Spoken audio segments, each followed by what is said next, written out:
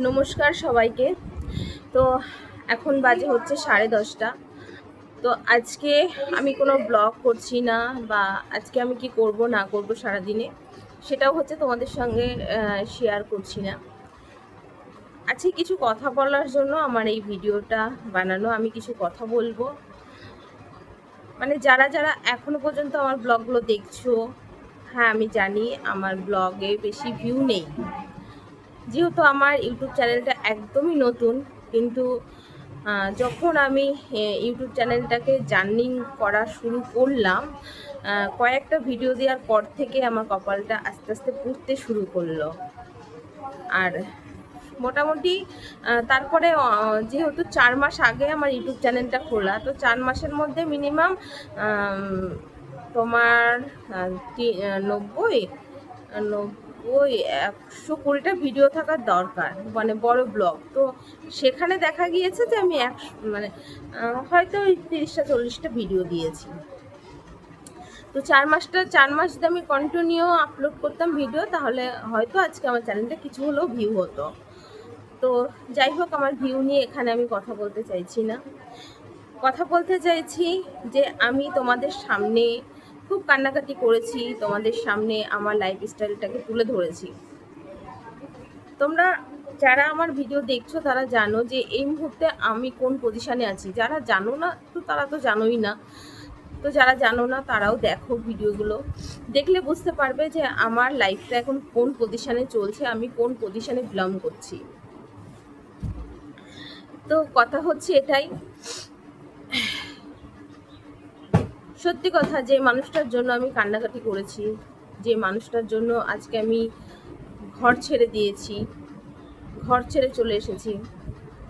আমি হয়তো ভিডিওতে বলেছি যে 11টা বছর বিবাহিত জীবন ছিল, কিন্তু তার আগেও না 4 বছর ধরে ছিল ভালোবাসার সম্পর্ক। তো সব মিলিয়ে 15-16 বছর হয়। তো 16 বছরের সম্পর্কটা খুব সহজে ভেঙে গেল, খুব সহজ। মানে 1 সেকেন্ডের একটা কথাতে একটা মানুষ সম্পর্কটাকে মানে অন্যদিকে মোড় ঘুরিয়ে নিতে পারে, সত্যি আমার সেটা জানা ছিল না। জীবনে অনেক ঝড় গিয়েছে, অনেক কিছু গিয়েছে, কিন্তু 1 সেকেন্ডের সম্পর্কে যে একটা মানুষের জীবনে মোড় ঘুরিয়ে দিতে পারে, সেটা সত্যিই আমার জানা ছিল না। যাই হোক, আজকে তাকে আমি কথা দিয়েছিলাম, আজকে তাকে আমি অনেকগুলো কথা দিয়েছি। তো সেই কথাগুলো আমি পূরণ করতে পারিনি। হ্যাঁ, তবে তার মধ্যে সব কথা পূরণ করেছি, একটা মাত্র কথা তার আমি রাখতে পারিনি। একটা কথা, যেটাও আমার কাছ থেকে চেয়েছিল, সেই কথাটা শুধু আমি রাখতে পারিনি। যেটা 2015 সালে আমাকে চেয়েছিল, আমি সেই কথাটা শুধু রাখতে পারিনি। বাকি কিন্তু ওর সব কথা আমি রাখার চেষ্টা করেছি। তো কথাটা হচ্ছে এটাই যে আমি ওকে বলেছিলাম কখনো যে আমাদের বিয়েটা হয়েছিল কালীঘাট মন্দিরে। তো আমি কথা দিয়েছিলাম যে আজকে বিয়ে করলাম, তো কোনোদিনও তুমি, তো যাই হোক আমি কথা দিয়েছিলাম, যেটা করতে পারিনি। আর ব্যাপারটা হচ্ছে যে ওকে আমি একটা কথা দিয়েছিলাম যে আজকে আমি যে সিঁদুরটা পরছি, যে শাখাটা তোমার হাত দিয়ে পরছি, তো কখনো কোনো দিন যদি আমাদের সম্পর্কে বাঁধন আসে, না সেটা নয়, আমাদের যতদিন না তুমি এই পৃথিবী ছেড়ে চলে না যাবে ততদিন আমি পরবো, এই কথাটা ওকে আমি দিয়েছিলাম। সত্যি হয়তো 10 দিন কথাটা রাখতে পারিনি, কারণ খুব ইমোশনাল, খুব কষ্ট, খুব দুঃখ পেয়েছি। তো সেটার জন্য আমি 10টা দিন তার কথাটা রাখতে পারিনি। তবে আমি তার কাছ থেকে ছেড়ে চলে এসেছি, এটা খুব সত্যি কথা। সে আমাকে আজ ভালোবাসে না, এটাও খুব সত্যি কথা। কিন্তু তার দেওয়া সিঁদুরটা আমি পরবো, এটা আমি আজকে সোশ্যাল মিডিয়াতে সবার সামনেই বললাম। তার দেওয়া সিঁদুরটা আমি পরবো, কাজ করবো, তো শাখাটা হয়তো নাও করতে পারি, অকেশন পারপাসে করবো। আমি বলেছিলাম যে আমি আর করবো না, আমার মাথার সিঁদুরটা কেড়ে নেওয়া হয়েছে। এটা খুব সত্যি কথা, আমার মাথার সিঁদুরটা কেড়ে নিয়েছে। কিন্তু যেহেতু ও কেড়ে নিয়েছে, কিন্তু আমি তো কথা দিয়েছিলাম ওকে, তো সেটার জন্য আমি পড়বো। এটা আমি সোশ্যাল মিডিয়াতে আজকে বললাম। আচ্ছা, আরেকটা কথা আমি ওকে দিয়েছিলাম যে কখনো যদি তোমার সাথে আমার খুব অশান্তি হয়, গন্ডগোল হয়, ছাড়াছাড়ি পর্যায় হয়, তো আজ যাই হোক, আমি তোমার নামে কখনো কেস করবো না, তোমাকে কখনো ফাঁসাবো না। সত্যি আমি কিন্তু সেটা করিনি, সত্যি আমি সেটা করিনি, আর আমি করতেও চাই না। কারণ যাই হোক, ভালো তো বাসি, ভালোবাসার জায়গাটা থেকে আমি সত্যি করতে চাই না। হয়তো ওর ধারণা হতে পারে যে এই কেস হবে না, কেস করতে পারবে না, ওকে যেভাবে বোঝানো হয়েছে, ও আইন দেখাচ্ছে, কিন্তু ও জানে না আইন আমিও জানি। শুধু তাই নয়, আইন মানে আজকে আমি সোশ্যাল মিডিয়াতে বলছি, আমি বারাসাতে উকিলের সাথে কথা বলেছি, কোর্টে গিয়ে কথা বলেছি কিভাবে কি করা যাবে। আমি সত্যি কথা বলছি, কিছু করা যায় নাকি বলেছি আমি। তো ওরা আমাকে যে রুলসগুলো দেখালো, সত্যি সেটা অপমানজনক। মানে সত্যি খুব খারাপ লাগছিল আমার, যে একটা মানুষকে আমি জেল খাটাবো, আমার খুব বিবেকে লাগলো। ওরা আমাকে বলেছিল যে আপনি করুন করুন এবং সবার বিরুদ্ধে করুন, কিন্তু আমি দেখলাম না, একটা মানুষ সে আমার জন্য এতদিন করেছে, আমার একবার নয় দুবার বাঁচিয়েছে।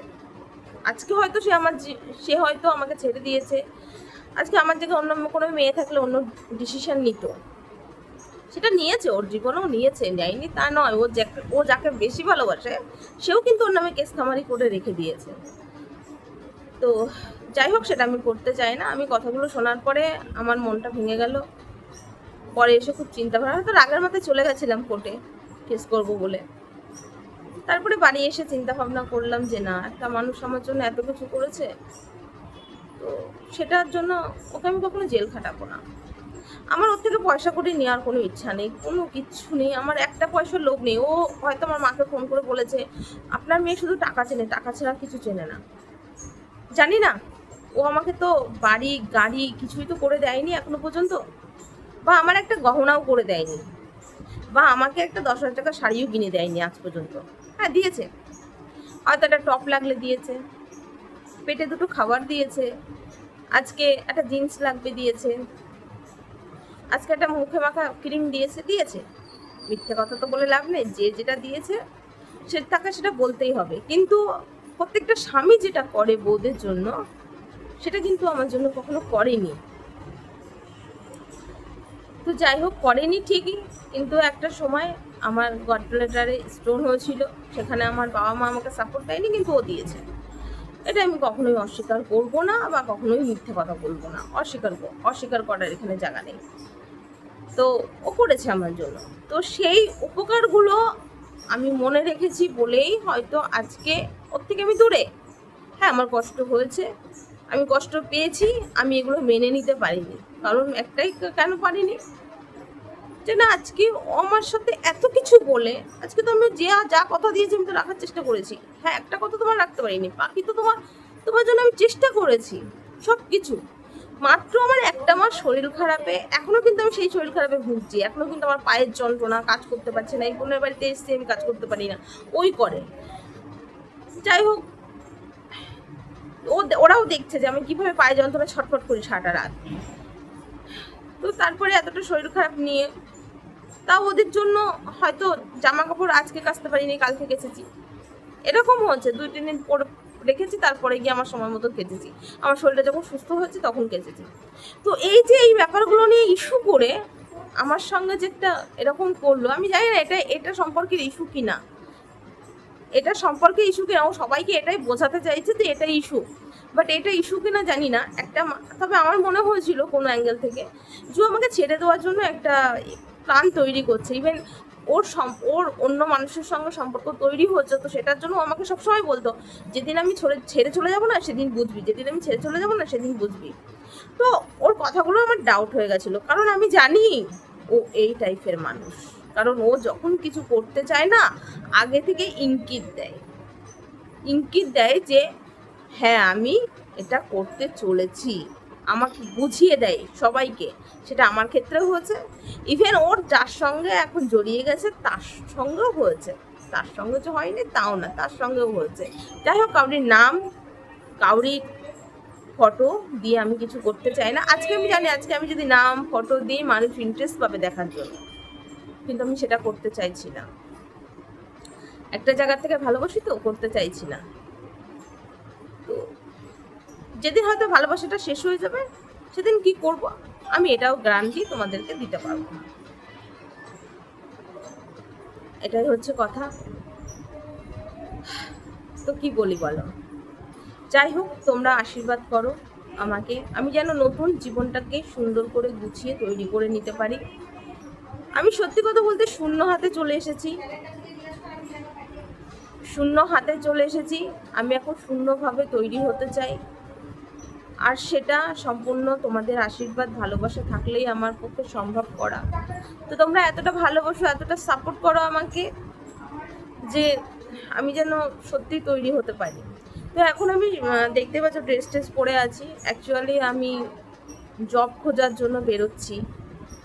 তো ভাবলাম চলো রেডি যখন হয়ে গেছি অন্তত তোমাদের সঙ্গে এটা শেয়ার করে যাই। আর সমাজের কাছে যেহেতু ওকে আমি পরিচয় তো আছে, আমার ফ্যামিলি, আমার আত্মীয় স্বজন সবাই জানে, আমার হাজবেন্ড সবাই জানে, মানে একটা হয় না, একটা হাজব্যান্ড ওয়াইফের যেরকম সম্পর্ক সেটা তো সবাই জানে। তো সেক্ষেত্রে আমি কাউকে মুখ দেখাতে পারছি না, আমি কাউকে বলতে পারছি না যে আমি চলে এসেছি। হ্যাঁ আমি চলে এসেছি, আমাকে তাড়িয়ে দেয়নি, এটা সত্যি কথা। কিন্তু ও যেভাবে আমার সঙ্গে থাকতে চেয়েছিল, যে দু নৌকায় পা দিয়ে, আমি এই নৌকায় আছি এই নৌকায় আছি, সেটা তো আর সম্ভব নয় বলো। সেটা কোনো মেয়ের পক্ষেই মেনে নেওয়া সম্ভব নয়। তোমরা যদি মেয়ে হও তোমরা আমাকে কমেন্ট করে জানাও যে তোমাদের পক্ষেও সম্ভব কিনা। তো যাই হোক,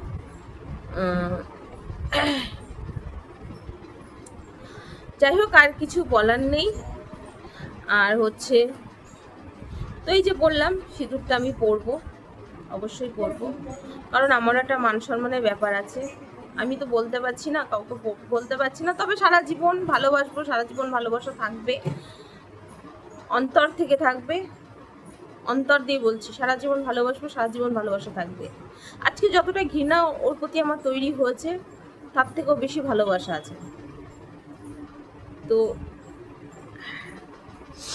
যাই হোক, কোনোদিনও বাজে স্টেপ নেবো না, আমি ভিডিওতেই বলে দিলাম, কোনোদিনও বাজে স্টেপ ওর বিরুদ্ধে নেবো না। তবে ও ভালো থাকুক, ও ভালো থাকুক, ও সুস্থ থাকুক, ভগবানের কাছে কামনা করি। আর যাদেরকে নিয়ে ভালো থাকার চেষ্টা করছে তাদেরকে নিয়ে ভালো থাকুক, আমার কোনো আপত্তি নেই, কোনো দুঃখ নেই। তবে আমার একটাই দুঃখ জানো, একটাই দুঃখ, আজ আমি বড় একা, বড় একা হয়ে গেলাম। কিছু করার নেই, কারণ যেখানে ভালোবাসা নেই, যেখানে সম্পর্কর কোনো দাম নেই, কোনো মূল্য নেই, সেখানে না থাকাটাই ভালো না। তো চলো, এখন এই মুহূর্তে কিছু বলার নেই, অফিসে যাওয়ার মানে হয়ে গেছে। আমি যেহেতু বেরোবো, একটা টাইম দিয়েছিলাম, এই টাইমে আমি গিয়ে কথা বলবো। তো আজকে আমি যাচ্ছি কথা বলতে, আমি জানি না কাজটা পাবো কি না পাবো। যদি কাজটা পেয়ে যাই তোমরা আশীর্বাদ করো, কাজটা যেন পেয়ে যাই, তাহলে একটু নিজের পায়ে দাঁড়ানোর একটা সুযোগ ভগবান যেন আমাকে তৈরি করে দেয়, আমি সেটাই চাইছি।